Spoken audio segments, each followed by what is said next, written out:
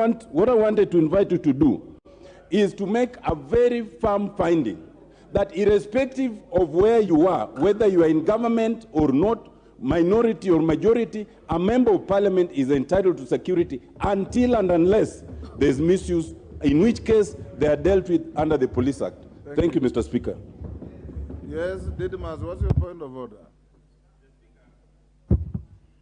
I raise on point of order number 91 that a member shall be responsible for the accuracy of any facts which the member alleges to be true and may be required to substantiate any such facts instantly.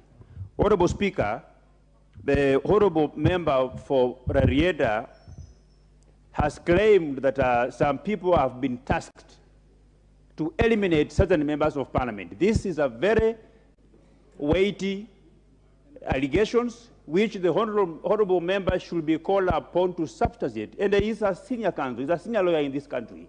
Even though I am aware that he's the one who misled the Kenyans through the committee of experts in drafting some of the very useless chapters in our constitution now, and is again, he should be called upon to substantiate or withdraw them.